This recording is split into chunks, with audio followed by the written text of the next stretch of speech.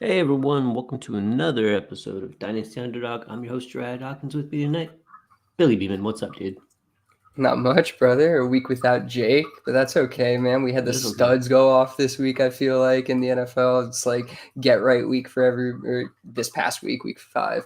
Kind of a get right week. So it's a good week to kind of discuss, I feel like, these players and kind of our strategy as we head further into the season. Yeah, you figure it's only a matter of time before like studs actually do stud stuff. So Mm-hmm. we'll see if it keeps going. But let's hop in some news and nonsense real quick. Yeah, Robert Saleh fired today. I guess he showed up to work and they quickly escorted him out the door. Let's say they escorted him. Like that's I guess he had some thoughts and they didn't want anybody to hear those thoughts. Well, he's a rather large man, and you might need some security there. But yeah, we'll see what this means for the Jets offense. I don't know if it's going to make any difference, but it is what it is. Yeah, I mean, he's not a offensive coach, right? So like I don't know No. how much of the offense is going to change, but maybe this is I mean, I think most people have the thought that Aaron Rodgers had something to do with this, probably the catalyst for this. And now he has, I would assume Nathaniel Hackett kind of is inserted into the interim head coaching role, and that's a yes man for Aaron Rodgers, right? So anything that Aaron Rodgers does want done will probably get done. So that's all that I see kind of coming from this. I don't really know if it's going to change the effectiveness of the offense necessarily. Finally got that alert. Love it, Eric. Let's do it. And then AJ, let's go, boys. Yes. So, Appreciate y'all hopping in and joining us on the YouTube channel. all right. Next on the list here, so it's gonna be May. So it looks Love like it. Drake May is gonna have a chance to be starting this week, which is, I mean, Mm-hmm. that's cool. You like to see rookie quarterback sit for a little bit. At least I personally do. Is it gonna matter or not? I don't know. But Jalen Polk last week almost had a coming out party. Touchdown taken back, which we talked about. Like his toe was in. Why is it got to be? If it was on the sideline, that's a catch. But instead, it's in the end zone. It's not a catch. Like I don't know. But If he second, dragged it though, it would have been a catch. Like that's it's crazy. kind of a crazy rule to me, but anyway.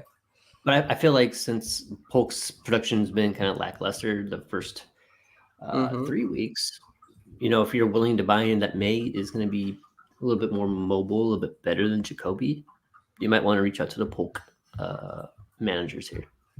Yeah, I do like that advice because I do think that while I'm not a Jalen Polk wide receiver one guy, like I don't think Mhm. long term he's a wide receiver one. I definitely think he's a wide receiver two, right? Like the guy can play ball. He seems to be able to, get open here and there. He seems to be able to run routes. He's not the most athletic guy. He's not just dominating guys at the top of the route or anything like that, but he can get open and he's athletic enough where after the catch he looks like he can do some things too. So yeah, I think he's a guy worth buying into before we see him kind of build some chemistry with Drake May, which I'm sure people are kind of expecting or anticipating, but you might be able to get ahead of it with some of those leagues that people aren't paying a ton of attention just yet. Polk is going to pop with May. Yeah, I I hope do so. think so. Yeah, and hopefully Pop pops with May. I want to see some more Pop Douglas because he looked pretty good, even with Jacoby Brissett. So I mean, I hope people aren't expecting May to come out and be like Jaden Daniels because first of all, we don't have the weapons like he has. Like we don't even have a Terry McLaurin type talent on this team, and I don't think even the guy we're talking about, Jalen Polk, can be that guy. But I just think that there's going to be some struggles, man. It's going to be up and down. Like this is going to look a lot like I think Caleb Williams without the weapons, like running, like a lot of running around, a lot of mistakes here and there. I don't think it's going to be very clean looking, at least the first couple of weeks as he gets acclimated to it. But they have this game at home and then they go to London, which are two decent you know atmospheres for him to play in. So it's not like he's going into like San Francisco or something like that and gonna get pummeled. Yeah, no shit. But Right? A yeah, little more friendly Eric for him. here. Exactly. But Eric here, how will May affect Mondre? I mean, I only think it can be good things for Mondre because right now teams can just stack the box. They can just come up in when they think it's a run, know it's a run, or it doesn't really matter because Jacoby's not really doing anything when they're passing the ball anyway. So they're able to stack the box and really put the numbers up against Ramondre. So in general with the running game, I do think that if we can see some moderate success from May, going forward, I think teams are going to have to back off a little bit. Perfect. All right, next one. Do we have some car issues? So Derek Carr is This thing ain't turning on. I don't know what's going on here. Yeah, I mean, he played Dallas in week 2 and was like MVP Derek Carr, and like ever since then he's taken a shit. It's like, why didn't we get this Derek Carr in week 2? Jake was all on this, man. He was right that it was just a matter of time. Yeah. So I think they started when Carr got injured. They put in that UW quarterback, Jake. It doesn't really matter. Yeah, I think he played for UW for a little bit. And is he the guy who has the picture like where he looks like a model or whatever? No, that's Saints. That's the guy in the Saints. This is the Saints. Derek Carr. Jake my bad. I was thinking you in my head. Yeah, it is. That's exactly who it is. Yeah, that's who it is. Yeah. So that's interesting. Anyway, if football doesn't work out for him, like maybe America's Top Model will work because boy, he's got a good headshot. But it seems like the team's going to be starting Rattler possibly this week.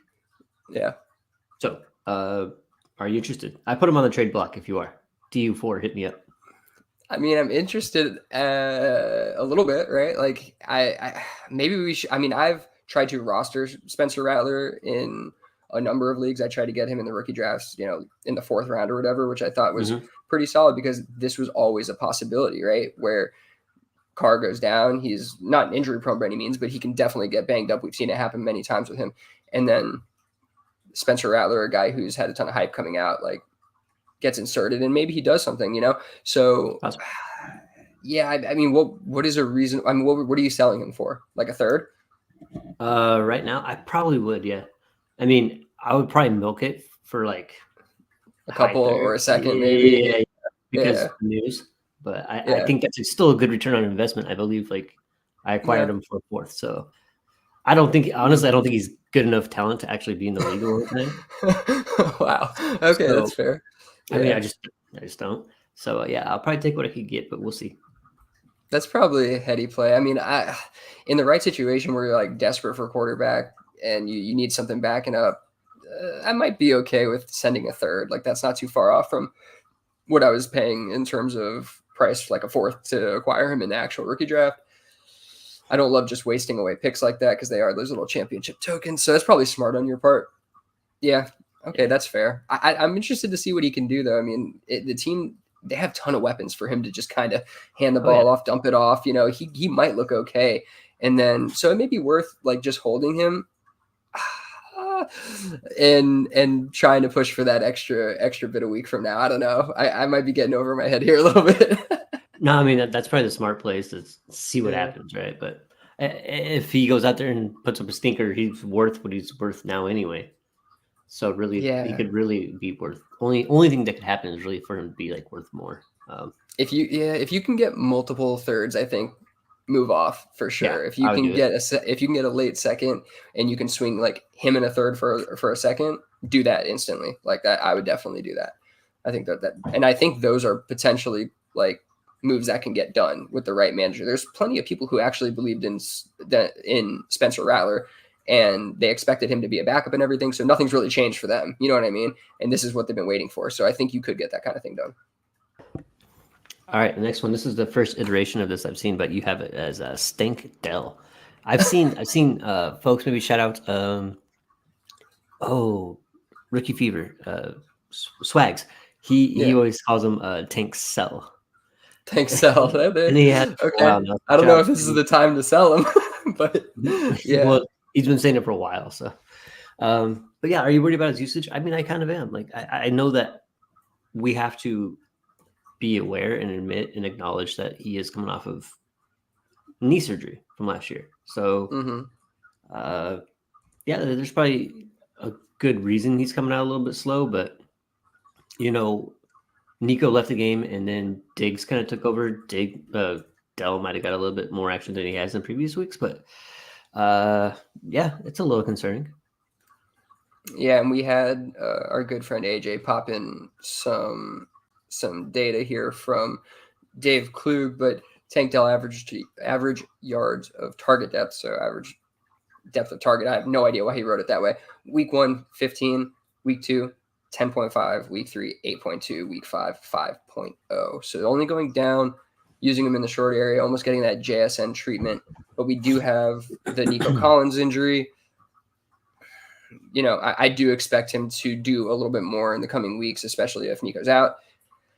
Yeah, I think that he's still recovering, kind of like the Mark Andrews thing. I don't think either one of these guys are healthy, though we did see a little bit, 4 for 5 from Mark Andrews this week. That's like, listen, that may as well be 9 for 100 for him right now. Okay, I'm like, I'll take what I can get.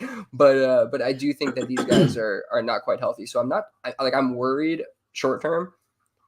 But I do think I'd be buying Dell. This is one of the ones who I do think I'd want to kind of attack for the future, especially if you're like a rebuilder and you can, you're not looking to get a ton of points on your team, but you're looking to, have a guy who's going to increase in value and get back to where he was a year from now or so. And also, like, I don't think Stephon Diggs is going to be there forever. You know what I mean? So at some point, it's going to be the Nico and the Tank show. And I do think that he's going to get right over time, just with his play on the field and his health. So I do want to buy into that. I don't think I'd spend a first on him. I don't think you have to spend a first on him at this point, though. He is still ranked in that area. Like, so, if you look at KTC, he's probably kind of still in that area. I think you're going to find a lot of managers are willing to get off of him at this point for, a second and maybe one of those like Jalen Wright running backs or something like that kind of thing, or a couple seconds, whatever it is. Like, that's the kind of price I'd be looking to spend on Tank Dell and get him on my team. Yeah, I like that. I do think that the talent and connection there is absolutely real. I just think he's not quite healthy. So I think this would be a good, even though it's not currently like technically injured, I do think this is a good injury buy for Tank Dell. Mm-hmm. All right, there's Kraft singles and then there's Tucker Kraft doubles. That's cool, man. Like, it's cool to see. I mean, this offense continues to be kind of ambiguous as far as targets go, but in the world that we're living in now, in this tight end like just shithole, you have the you have the Tucker Crafts, who super young, tied to a really good quarterback or decent quarterback, a really good head coach. What is he worth? What would you rank him right now? I doubt you've updated your rankings, but like, would you put him above? I haven't updated my rankings since this past week, and would you put him that's above a whole different Njoku? Conversation about rankings. Yeah, I would put him above Njoku for sure. I mean, he, like, just looking at KTC, he's sitting around tight end 9. He's ahead of Travis Kelce. He's ahead of Isaiah Likely, which I would take him ahead of Likely without a question. Travis Kelce, that's a tough one, obviously, as a contender, but I can understand that for sure. He's sitting right next to Jake Ferguson and George Kittle. And I would easily send a second for him right now, man. I think I'd have no concerns about, Luke Musgrave taking over his job for any reason. And I was looking at the data, and he's not like killing it in the blocking game at all, but none of them are crushing it in the blocking game. They're all about the same by the numbers. I think when I watch him, I think he's doing fine, but trying to back it up with numbers, looking at PFF, he's kind of in like the mid 50s range of grade, which isn't great by any means, but so are all of the rest of the tight ends on that team, really.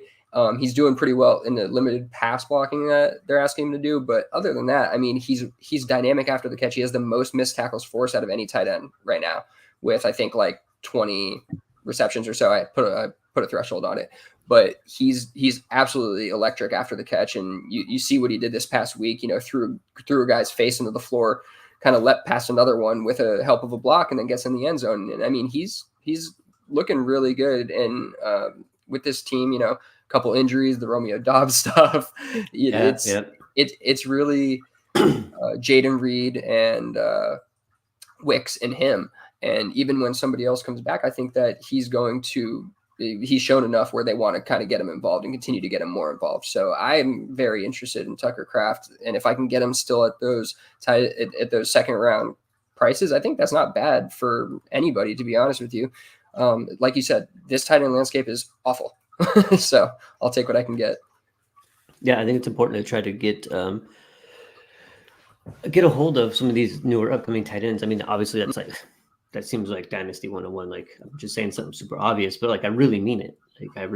What we're seeing with Andrews, what we're seeing with Kelce, what we're going to see with Kittle, it's going to happen too. Like, those guys aren't going to be long. Like we're talking a couple of seasons. I mean, there's still some, depends on like how long you're trying to play in your dynasty leagues. I'm trying to play forever. I think it's important to try to get these young guys, the Bowers, the McBrides. I think Oh Tucker yeah. Kraft is going to be in that conversation. I think it's a very real possibility. Yeah, absolutely. I'm pretty excited about what I see from him. Would you trade Kyle Pitts for Tucker Kraft in a second? I would. Yeah, absolutely. Yeah. I That seems like a great tier down to me. You know what I there's mean? a Especially off of lot. this game with Pitts. It's been the Pitts.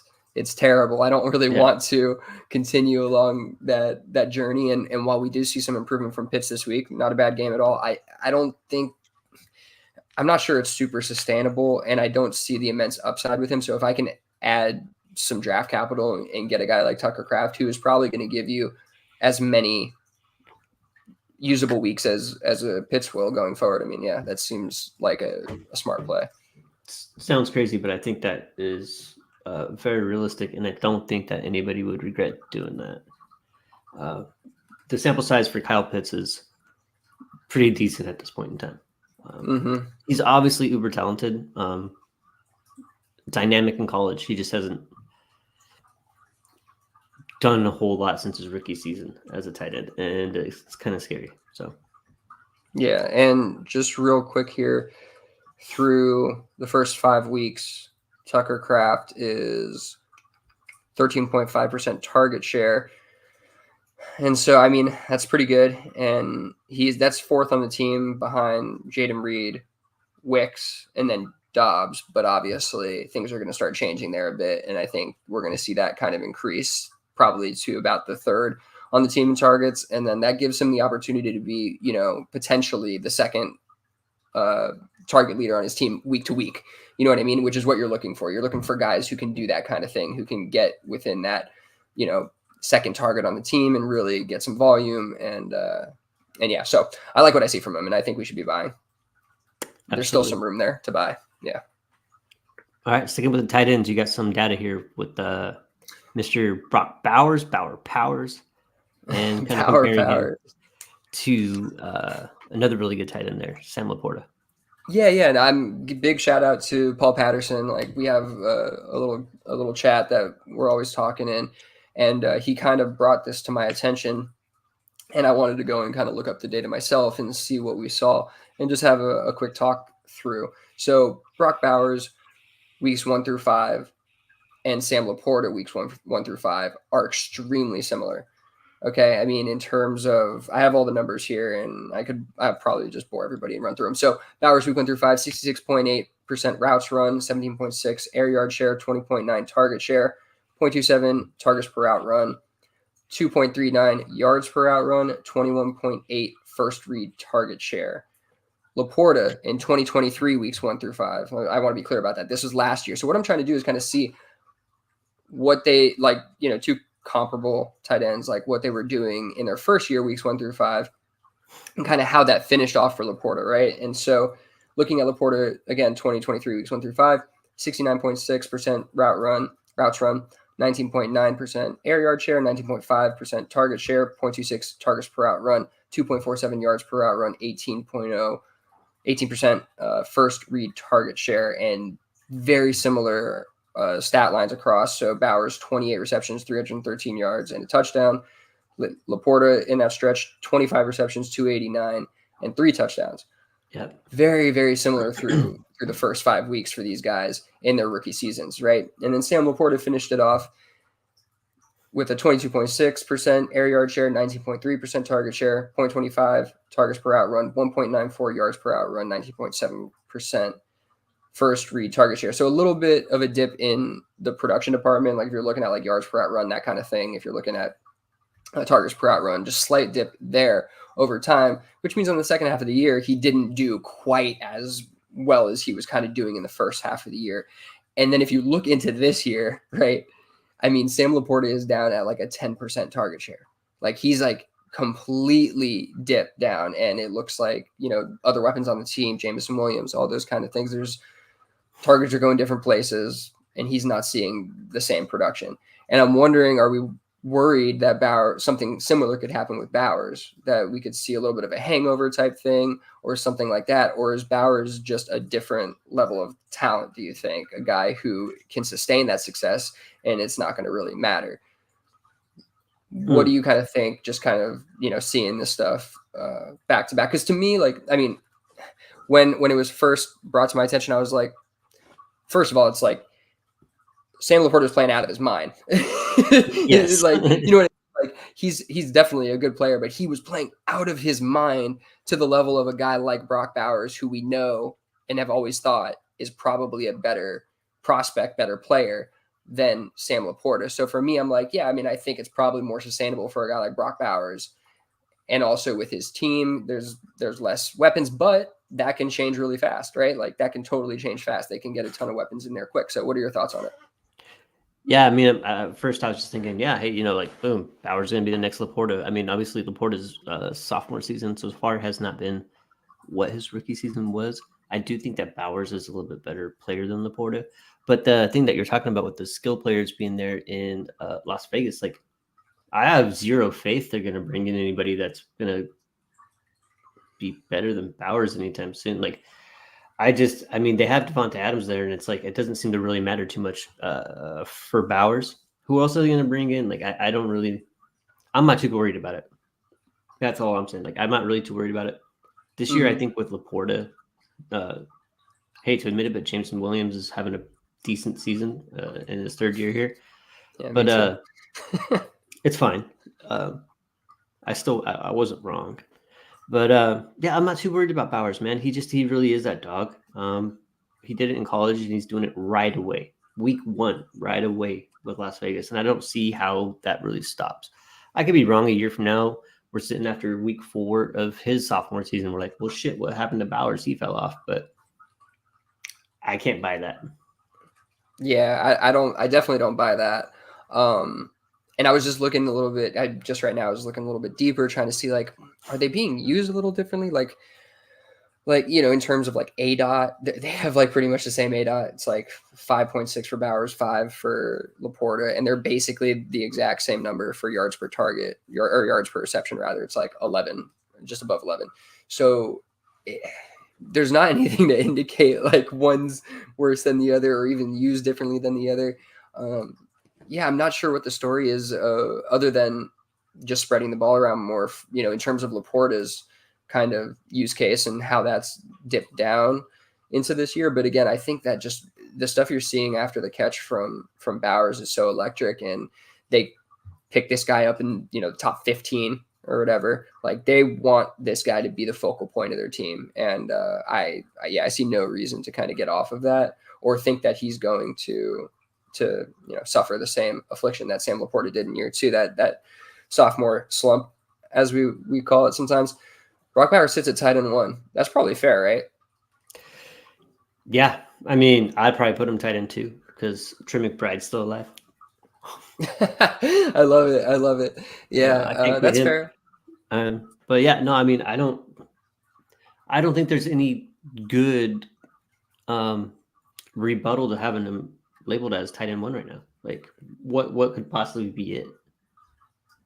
Yeah. And he's doing this with, like, I mean, I love Gardner Minshew, but he's doing it with Minshew and AOC. Mm-hmm. These are like kind of replacement level quarterbacks. Like, that's a good point too. Like, imagine Laporta was doing this with Jared Goff, like a good quarterback. Yeah. So, I mean, it's just what we're seeing from Bowers right now. It's like, how can you deny it? Age and everything else, pedigree. Yeah, if you have him tight end 1, like, yeah, that's fine by me, man.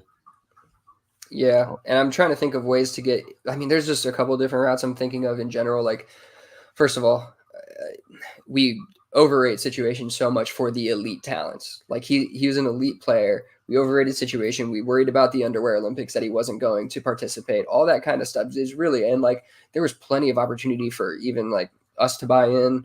And I don't think anybody really made a ton of movement on going after Bowers when his value was, tight end 6 or whatever it was, because it always sat somewhere in the top 10. Like, everybody knew he was going to be good, but there was definitely a lot of opportunity to get him.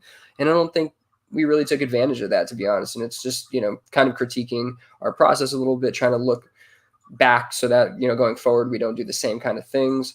But where we're at now, I do think that there's still potential to acquire him, to be honest with you, with the right assets. Yeah. If you have a Dalton Kincaid, I think that you can get to a Brock Bowers. He's a tight end 4, Dalton Kincaid, still on a high-powered offense. Like, people are enamored with the situation and the player.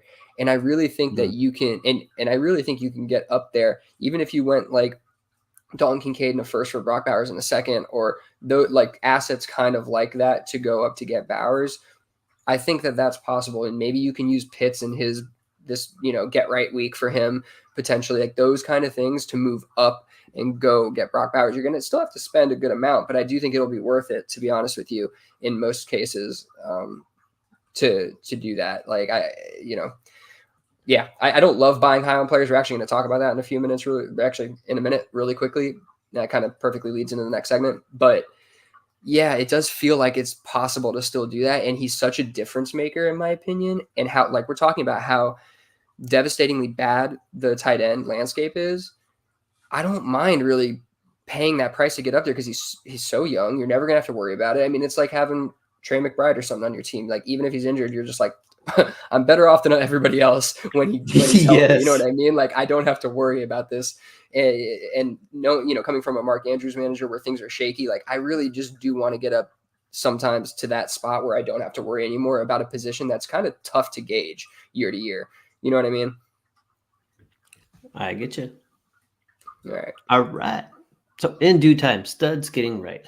So we had a pretty good week for some of the old heads in the league here, but they're not even that old. They're just studs, and they just had not been producing. But this week they showed out. So we have Drake London, really good week. I mean, Kirk Cousins, I know we had big concerns over him at week 1. Was like, what the hell? He doesn't look like that dude. Threw for 509 yards. That's impressive, man. I think he's starting to look a little bit more like Kirk Cousins, right? So, shame on us for leaving him for dead after week 1. But we had Drake London had a good game. Brandon Ayuk had a really good game. Looked like Brandon Ayuk that we all know and love. And then DJ Moore, like, so happy for DJ Moore because you could see it on his face. Like, he's catching, like, you could see just the relief, like, holy shit, I finally have a quarterback. And he's waited so long, and he's been in the league for quite a while. He's always produced fairly well, been very allergic to touchdowns. When you see him get those touchdowns this week from Caleb Williams, he's just like, oh, thank God, I've been free. It's like when Antonio Brown got that phone call saying he's been released, like, and he just took off his shirt and he ran out back. Like, you seen the video? Oh yeah. That's the same like look on his face that I saw from DJ Moore. He was just so freaking happy. So I'm happy for him. Yeah, absolutely, man. He was frustrated even the beginning of the year. Like, you could tell that he's just you guys didn't bring me in another quarterback who can't get me the ball, did you? And it looks like it's going to work out all right for him. I screwed up the sheet. Oh, did you? Nope, I fixed it. Control Z, baby. Oh, thank goodness. Thank goodness for technology. Yeah. So you want to know, do you want to buy these players? Well, I don't know if I want to buy these players. I want to know, like, do you have any thoughts on buying high on players like these guys, right? Because there was certainly a buy low window for all these guys, like Brandon Ayuk, not playing particularly well, probably having an extended preseason because of his issues, or his contract negotiations and all that kind of stuff. London, not a great first couple of weeks, and then he pops off with this 14 target game and just goes absolutely nuts, throws some guys out of his way for a touchdown, really showing us what he can do. And truthfully, I don't think for him specifically, like, I think the usage could even get better for everybody on that team. Like Bijan, there's some things that they need to get worked out in that offense, but we kind of missed that buy low window, right? Like, it ain't there anymore. People saw these absolutely massive games, and they want to get that return on their investment. So at this point, like, do you think that it's worth going after these players as a contender? Would you go different directions? Because you need points, right? Like, we need good players, and sometimes you got to spend up for good players. But do you ever buy high on players? Like, what do you think about that kind of strategy? I I'm too scared to do it, but or I mean, I have, I have like contending teams, and like Yeah. hasn't always worked out, which is kind of what makes me a little like skittish. But the one that's a little bit different here, like I don't think Ayuk, his value, maybe I don't stay up to date with keep trade cut all that much. Like I think Ayuk's value is probably pretty close to what it was to start the season. Mm-hmm. So I don't think there's a whole lot we could have done there. DJ Moore is another one where I just think that like DJ Moore's value probably didn't like skyrocket too much when they got Caleb, and it's probably just been kind of hovering around there. But Drake London's the one I think is. I think even right now after that game, I still think his value is low enough that like I'm willing, I think, to buy into that. I think honestly, with Kirk Cousins, I believe that this could be an every other week type of deal.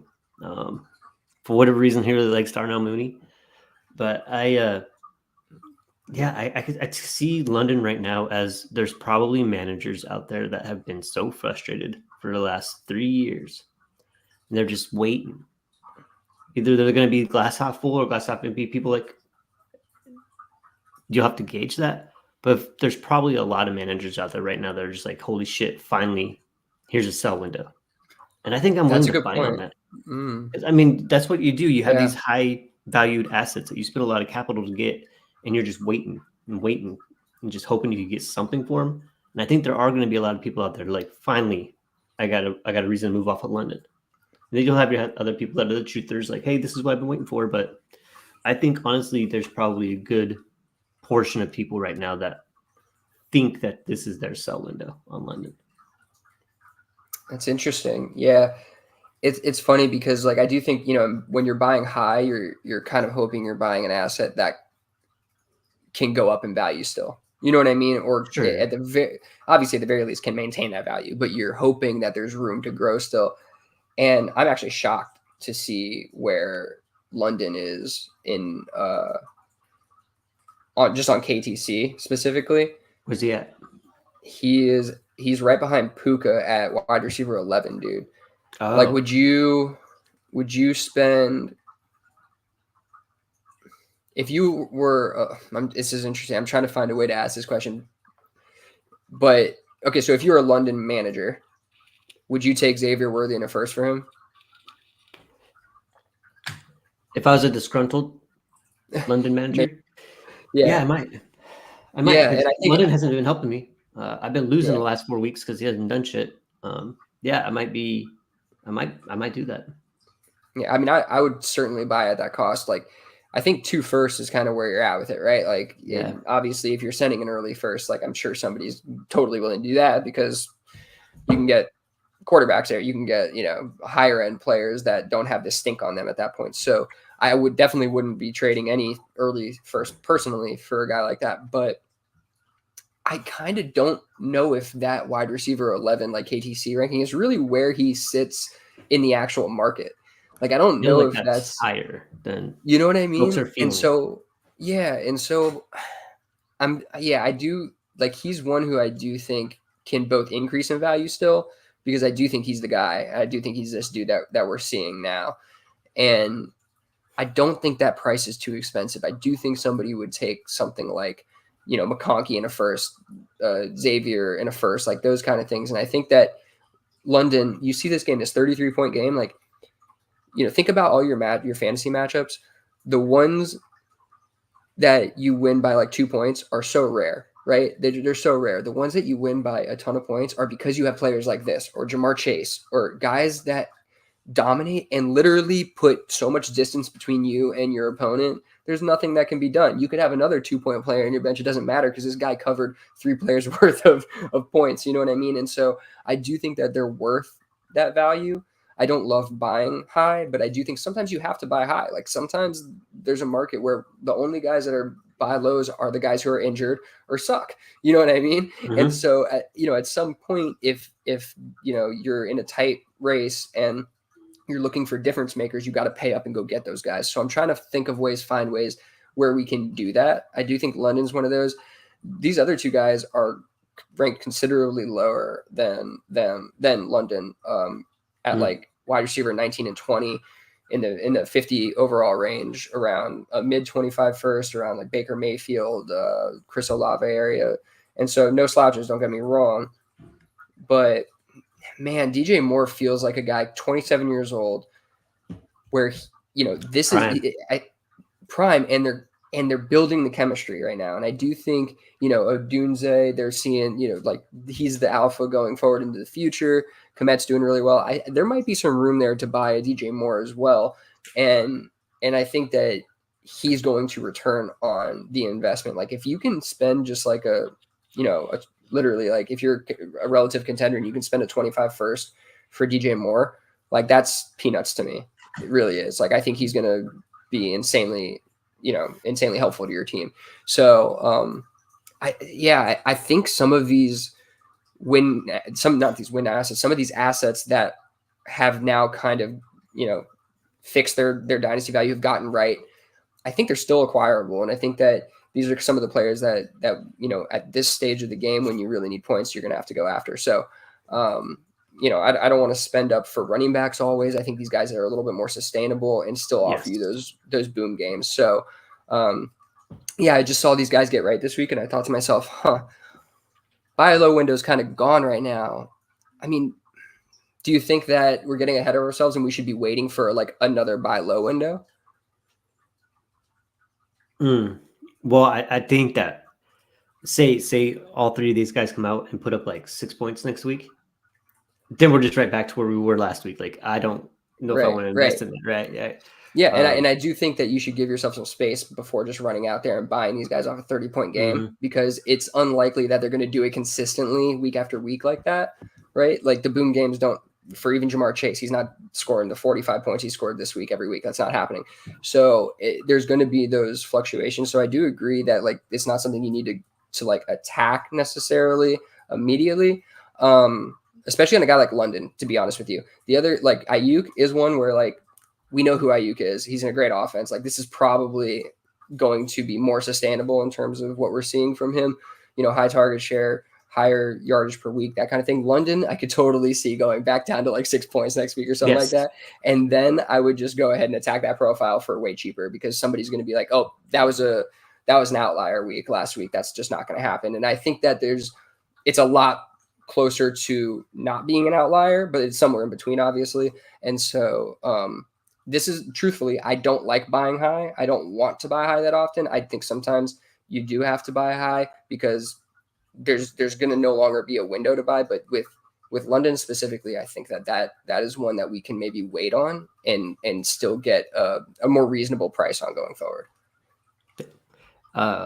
With the London and DJ, maybe you hope for a bad box score, but still really good peripherals, drop participation, target share, stuff like that, right? So the ball bounces funny. Sometimes I like to say, hey, the football's oblong, it's not round. So as long as those things still stay good and he has a low fantasy point output, that would be go time, in my opinion. Yes.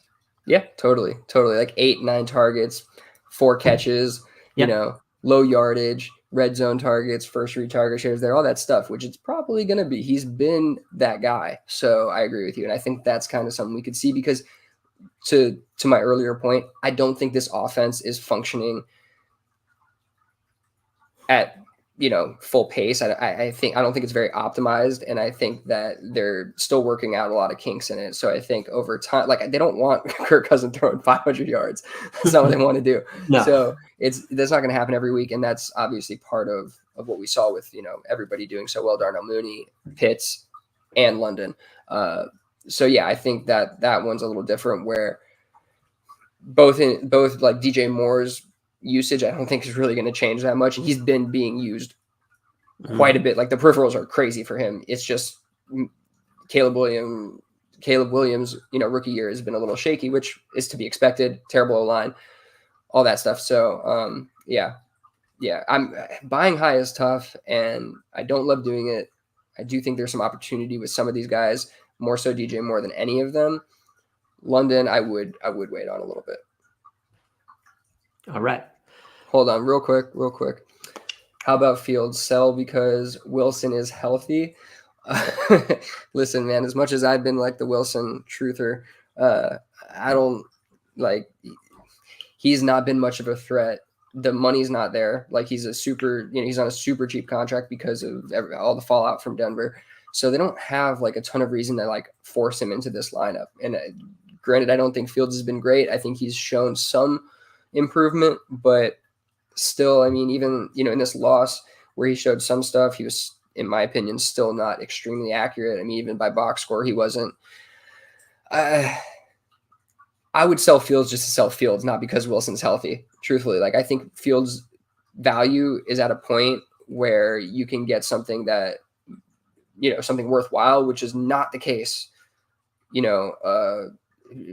5 weeks ago. So I don't love playing that game with these guys. I don't think all of a sudden, like Justin Fields with his athleticism, with his talent, should be doing incredibly well in this situation. Really, like you should be seeing a lot more, rushing with him, and not just touchdowns. You should see a lot more yardage from him, in my opinion. You should see better decision making, and that's not there. And he's just not really developed in the pocket as well as he should have at this point in his career. So I don't think all of a sudden Justin Fields has gotten right, if that makes sense. Where is he even sitting right now? Justin Fields is like 86 overall in KTC, which is around a first. Yeah, look, if I can get a first for Justin Fields, I'm good. Like I'll move like easily for me. Is that are you feeling that, Uriah, or are you feeling more love for Fields? I won't get into it too much, but I do. And I don't want to argue too much. I want to get out of here. Yeah, no. But I it'd be team dependent, right? So if I'm not relying on Fields as like a QB2, I have another option there. Maybe that's something I do. Like I'm not against selling them for a first, but I'm not actively going to go out there and try to sell them. I would have to be approached, right? So.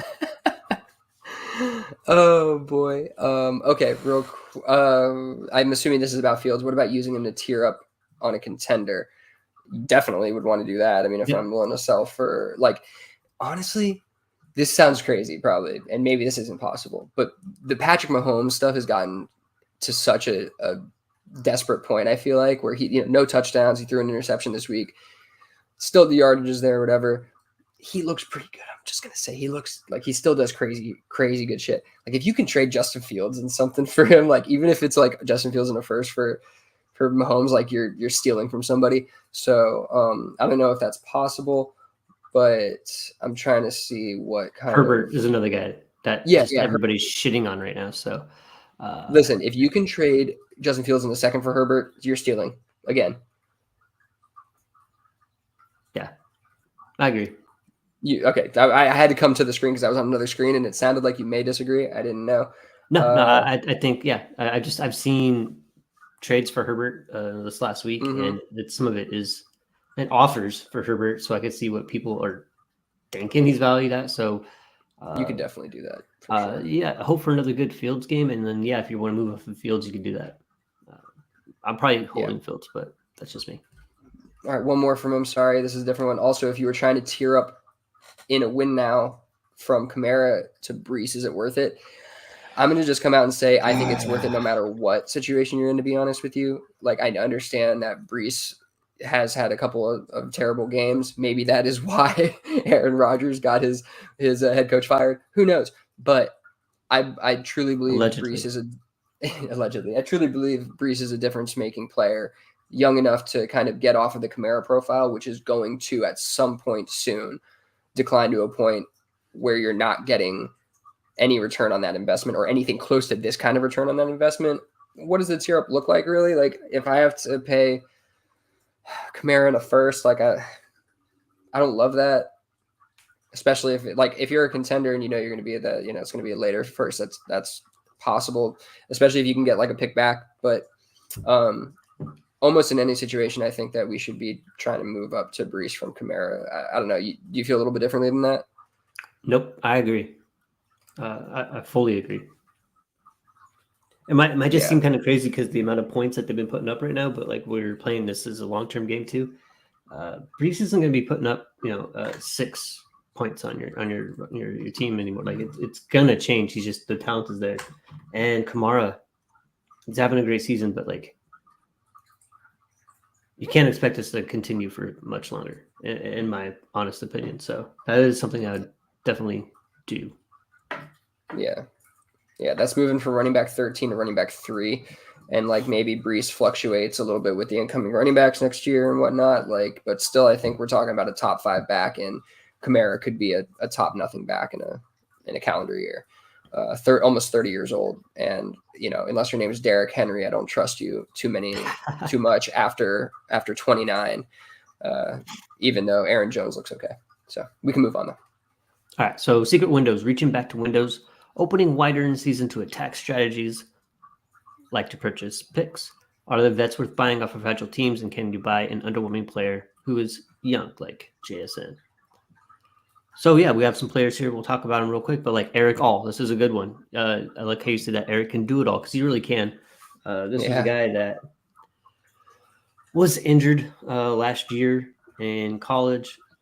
Got drafted pretty late, but he's been able to play, and when he's been on the field, he's been pretty good. Honestly, I believe there's a situation where T. Higgins, because he's on the he's playing on tag. Mm-hmm. Thank you. That he's not there next year. Yep. Right. So then we have Jamar Chase, Eric All, and they'll have somebody else, right? But if they don't, assuming they don't spend really high, Mike Gesicki, whatever, right? Bro. So there's a chance that Eric All is second in targets on this team next year. If that happens, you can't get Eric All thrown in on deals like you can right now. I personally have made trades where I've got Eric All as just add-ins, except for Jake wouldn't let me do that because he's an asshole. It's hard to trade with you guys. But yeah, Eric All, he's a dude that I would be targeting ASAP. So I think his value is only going to go up. Right now, he's super cheap still. Next time, tell Jake the deal's not getting done without all included. So figure out what you have to do around Eric All and send me that offer and see what he sends you. I should have. I'm just I put it here. Kind of, we're talking about secret windows, those windows opening wider. Eric All didn't really do much this past week, right? Like one target. And granted, this is a first-year tight end who's coming off an injury. They're working him in. They have Gesicki. I fully expect this to be a la Tucker Kraft, right? Like a guy who is, it's Luke Musgrave, it's whatever. Like it's Eric All, and this is one I want to get ahead of. And not saying he's going to be exactly Tucker Kraft, not saying all that, but like I think he has the opportunity, realistically, like you're saying, without T. Higgins, all those things, to really work himself into that number 2 target on the team role, that kind of thing, where he's sharing that maybe with, Jermaine Burton or Yoshi Voss or whoever next year. Maybe they bring in some other guys, but one way or another, I want to get ahead of it. So this is one of those where I think his value's just, kind of stagnant right now. And you could probably get him. What are we valuing him? And it's kind of like a 3rd round pick. Go ahead and spend the 3rd round pick and go get his ass. You know what I mean? Go send a 3rd and a 4th and get him. Go send 2 thirds and get him in a 4th back. Whatever. Those kind of things. I don't even think you need to send 2 thirds, that kind of thing. But like, go out there and test the market. Start with the 3rd straight and just see if you can get it done. Because I do think that it's a worthwhile investment to just sit him on the bench. And, and you can probably put him in your taxi if you acquire him and just call it a day, man. Just wait and don't get impatient and just see reap the rewards down the road. I agree with that one. Can we buy Odunze on a dip? Yeah, I think you can. How big? I think that people typically, when they don't, he's not face planting like super terribly bad. It's not great, but that offense is getting a little more electric. It's looking a little more functional, a little more NFL ready. I think that right now it's going to be hard to buy Odunze unless you're sending. Like, I don't think you'll get Odunze for a pick. I think that somebody who has Odunze is going to be wanting points. So you're probably going to have to send another stud wide receiver over to get him. And I don't know if you want to do that. Like, I think that probably, I'm just guessing, what the culture's feeling right now is probably they're waiting on Odunze. I don't know why that reminded me of Kendrick Lamar. It's what the culture's feeling. That's exactly where it came from. Oh, okay, good, because it felt exactly like that. Oh my goodness. Culture's feeling. God, such a good line. Um, Dude, I still listen to all those all the time. that as you should, they're absolutely amazing, amazing tracks. I'm just looking this past week, 5 catches, 40 yards, but he's still at a 20% target share. he's doing just fine. So if anybody's worried about him, if I'm a contender and I can send a first for him, maybe that's not possible. But yeah, if you can send a first and moderate bet back, like I would definitely be testing the market on a Doomsday. I think that he's had. I think with what we're seeing with these other guys, and he was touted as in the same tier as Marvin Harrison Jr. and Malik Neighbors, and we're not seeing him do those same things. Inevitably, his price is going to be less than theirs. And I'm not saying he's going to beat them necessarily, but I think it's super encouraging what we're seeing from him. And so I think I would want to get in at a lower cost. And he's one of those players where I think that the cost is about to get to a point where it's impossible to do this kind of thing. Yes. So, you know what I mean? So I would want to try to test the market on that with kind of anything I can that I have on my roster that I'm willing to, that I feel is expendable plus a relatively decent pick. Like I'm not trying to shortchange anybody too much, but yeah, I think there's some value there. All right. Kelsey for contending teams may still be cheap enough any second. Mm-hmm. I don't think anybody's going to give you a second for Kelsey, or anybody's going to give you Kelsey for a second. Oh, okay. I was like, I don't know, man. I think that's where we're at. But yeah, you get a second for Kelsey all day. I really don't think that anybody's going to do that. Like, I just don't. Mark Andrews, on the other hand, yeah. Oh my God, down so bad. Tight end 17. That is crazy. I know. But if you could get Kelsey for any second, I would send those offers. But I don't think anybody's going to accept it. Okay. I just Pat Freiermuth in a third. Does Pat Freiermuth in a third get it done? Or would it be Freiermuth in a second? I don't think so. Yeah, probably Freiermuth in a second. Oh, God. You could literally get Kelsey for nothing before that Rice injury. That's crazy. I know. I mean, just looking at KTC, he is sitting below the 25 early second and Isaiah Likely. So I don't know. If I was a contender, I would just send out seconds. And if I had Isaiah Likely, I would send out Isaiah Likely in a second, maybe. Like, I don't really care about Isaiah Likely that much, to be honest with you. I just don't think that he's going to be consistent like that. But that's probably maybe a hot take. Maybe I shouldn't be doing that. Isaiah Likely in the third gets it done. Yeah, if I'm looking at KTC and I'll send that first for sure. I would send that before I would send Isaiah Likely in a second. Obviously, I'm not going to screw myself over, but there is some opportunity here to get Kelsey on your contending teams. Is kind of my point. Yes, I've seen it. Dante V and Wicks off the poor performance, still looking for his hands. Yeah. This is a guy that I know that is like the name goes around on the Twitter sphere a lot. People talk about him, but like, I don't know. I've never been on him. I don't care a whole lot about Wicks. I'm not looking to add him to my team. Like, I don't think he is true, like stud flex every week, wide receiver 2 type deal. I'm still not sure with all that, the wide receivers there. We talked about this all year last year. Every week this week. Yeah. Every week this year. Sorry. Even though Romeo Dubs was in timeout, you have Jaden Reed, who looks to be like the wide receiver 1. Christian Watson still there. I don't care about Wicks until there's like some clarity there. And I just don't think there is. Yeah, man, if he caught all the passes that were thrown to him, he would be a great flex every week. Yeah, man. I just with the Dobbs news, him being suspended for the game, him having the attitude, maybe he gets right. And yeah.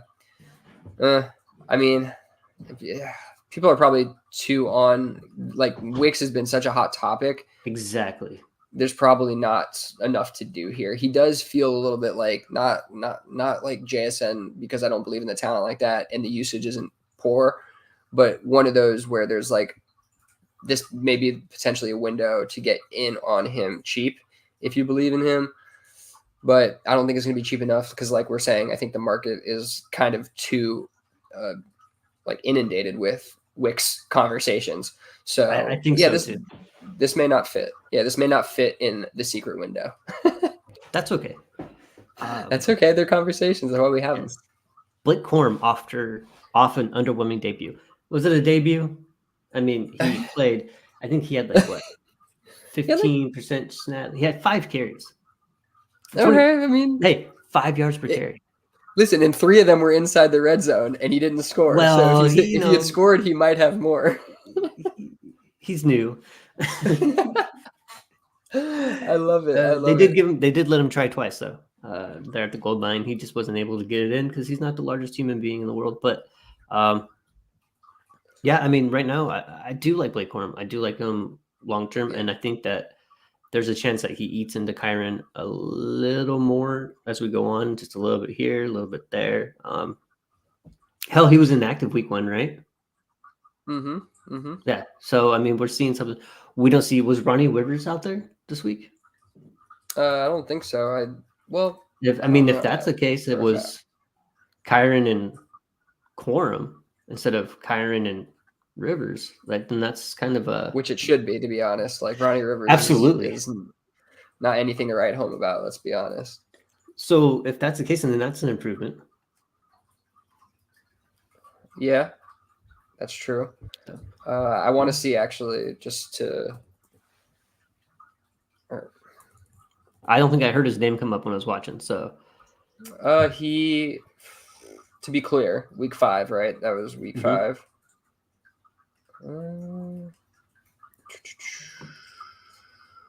Oh wait, I didn't. Maybe if I apply the filter, you're right. He did not play. It was 22 carries for Kyron, and it was 5 for Blake Corum. So I guess that's heading in the right direction. That's heading in the right direction. So I mean, running backs get injured, all that stuff. Blake Corum's probably still valued basically where you got him in your rookie draft. Oh Probably man, pretty close. I think he. I mean, no, technically he's lower for sure. I mean, just looking at the KTC chart, like he's absolutely lower. But he's also in the 27-second range value wise. He's the Tyjae Spears range, Zach Moss range, Tyrone Tracy, Nick Chubb. Like those are Rico Dowdle, those kind of guys. Roshan Johnson.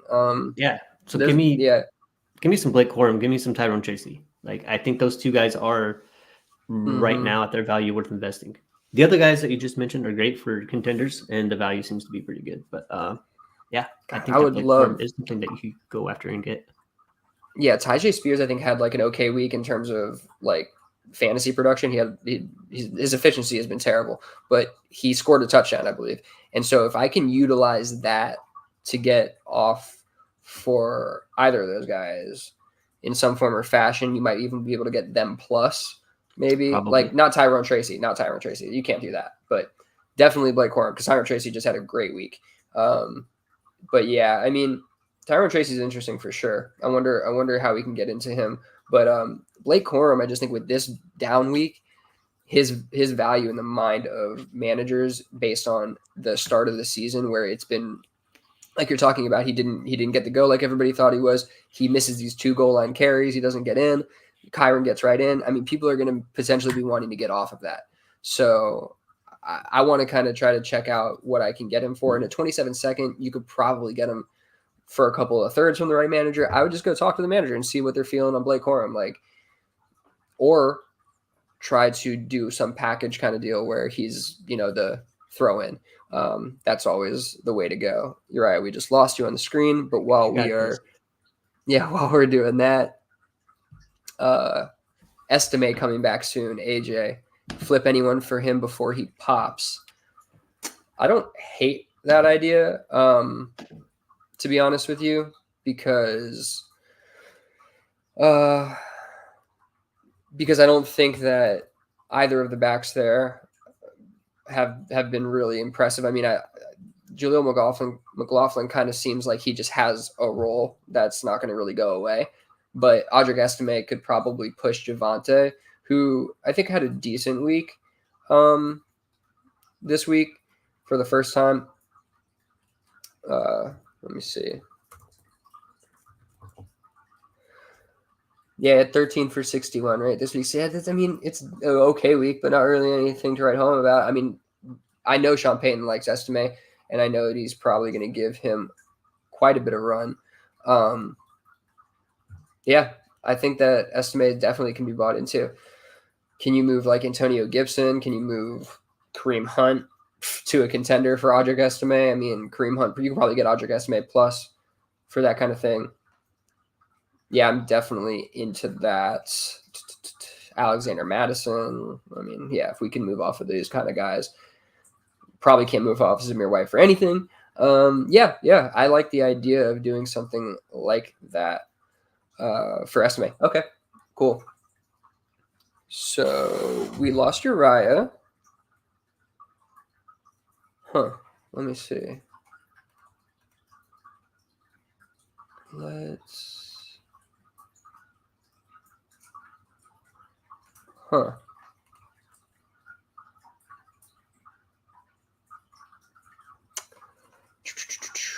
Bear with me.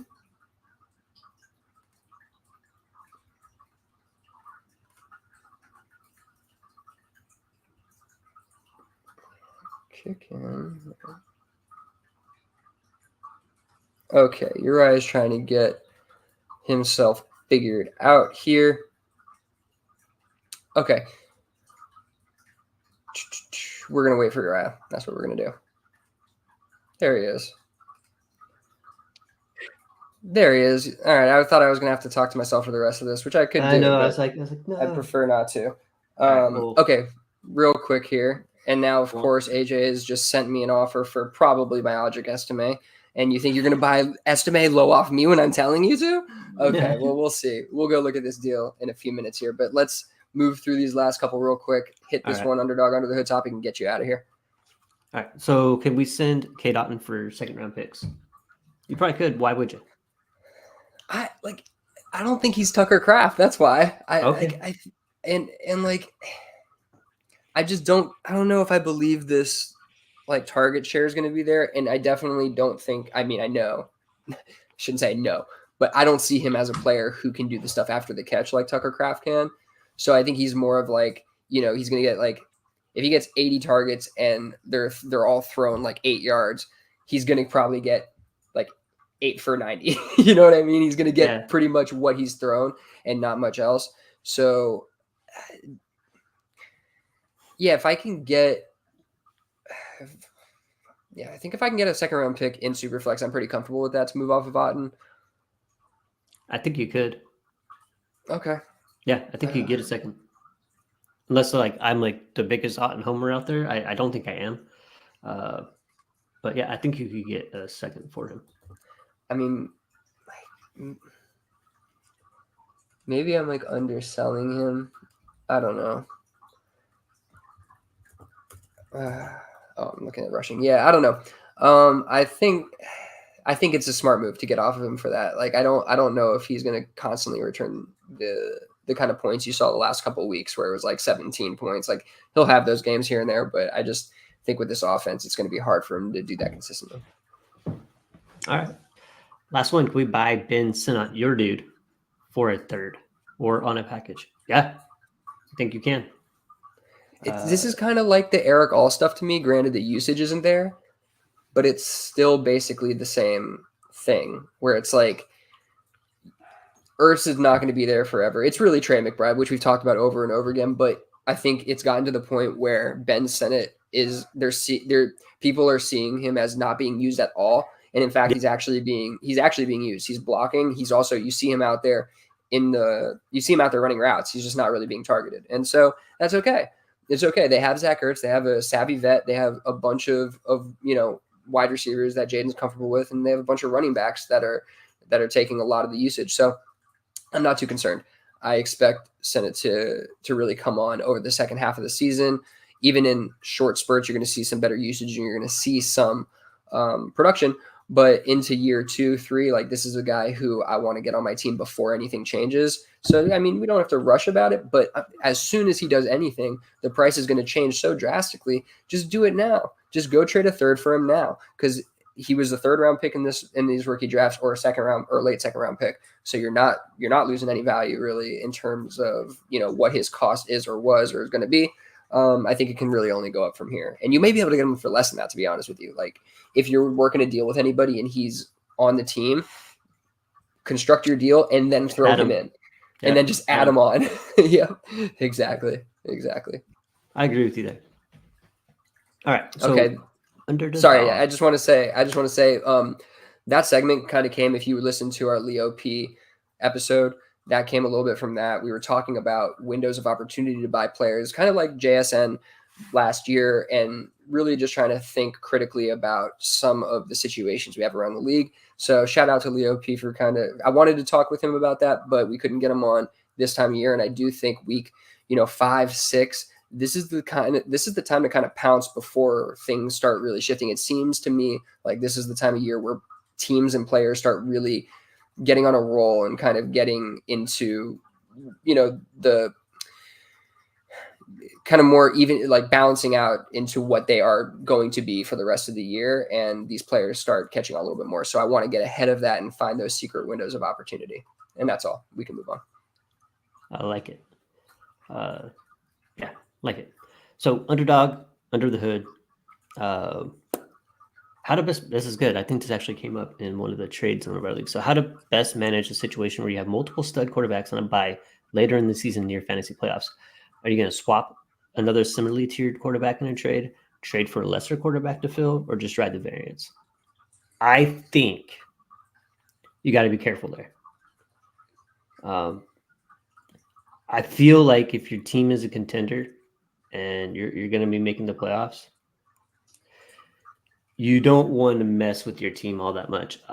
My simple answer, especially with the way quarterback scoring's been this year so far, you just saw it in one of your leagues where you started Josh Downs in your superflex spot and you won. Yeah, exactly.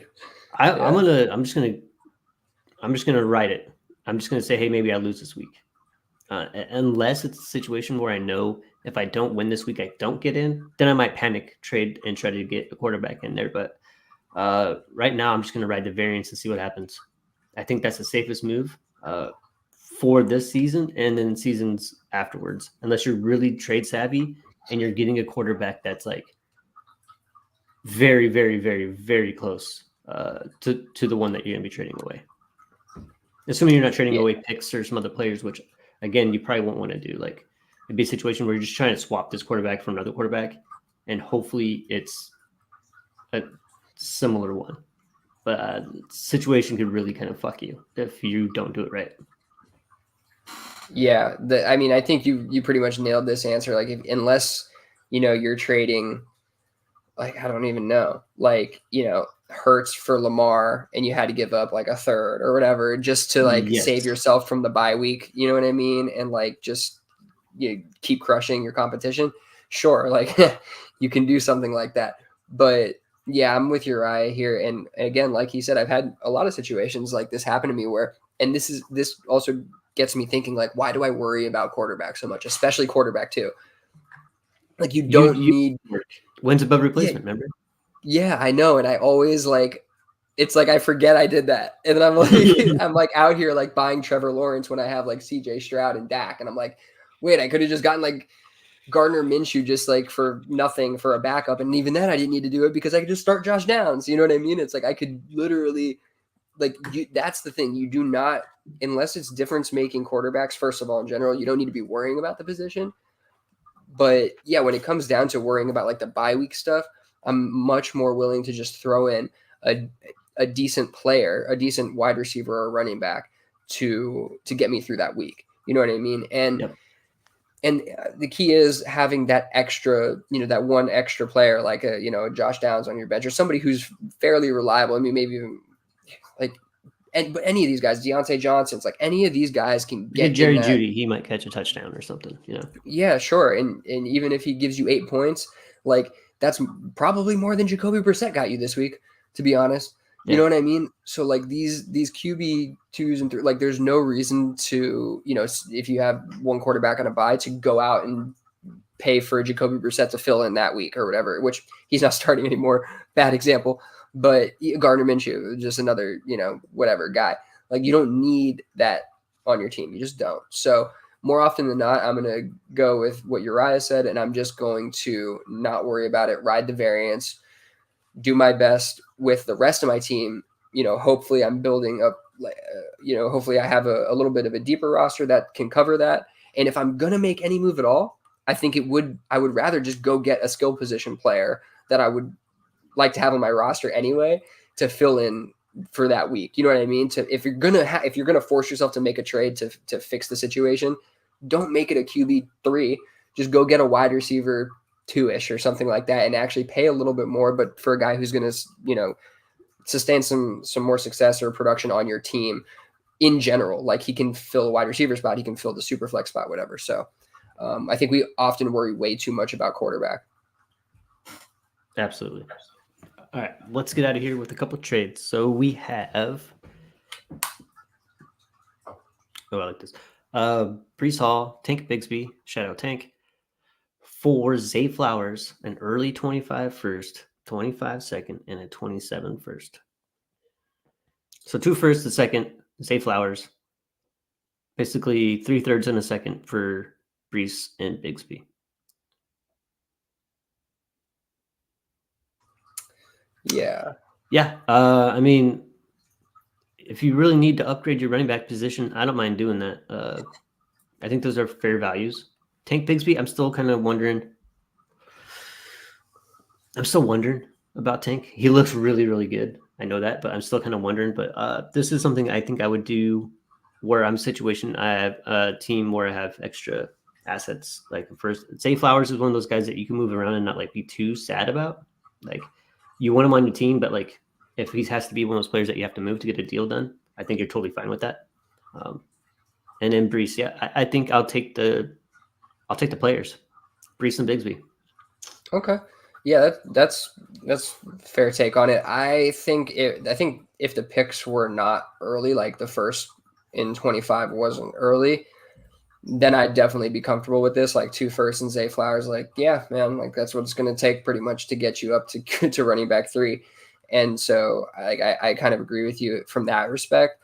This happened to be an offer I received, and I'm in last place. And so I'm not trading the 101 for Brees Hall plus others, plus, you know what I mean? And like, I'm probably going to lean into that a little bit. And so even if I got Brees on this team, like, is Brees going to change my overall standing? Gotcha. Probably not. You know what I mean? So context always matters. Like I agree with you, your premise overall, really. Like generally this kind of construction of a trade would kind of do it for Brees. And again, like 27 first is in there, it's super far out. Like you're not even going to think about 27, but trading the 101 just doesn't kind of sit right with me when I could probably get a similar type player to Brees at that pick, or a quarterback that's going to probably offer a little bit more. Or if I just hold the 101, I could trade it straight up for this kind of deal, or you know what I mean, like that kind of thing. So I think I hear what you're saying, but context wise, knowing this team and it's mine, I would hold the picks there. But yeah, it was a tough one because I received it and I was like, oh, okay, reject. I was like, interesting enough, but all right, we can move on to the next one. Cool. Tank Bigsby for a 25 second and 25 third. Yeah, that's probably what he's going for now. I would try to if I was trying to acquire Tank right now, I'm trying to just get it for a second.